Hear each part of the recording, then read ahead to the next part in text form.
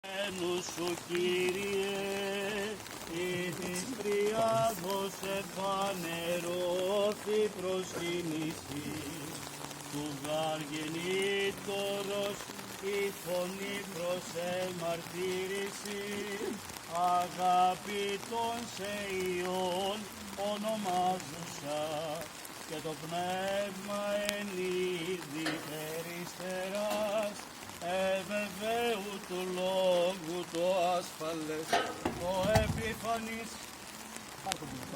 Χριστέ ο Θεός, και τον κόσμον φώτισας δόξασι.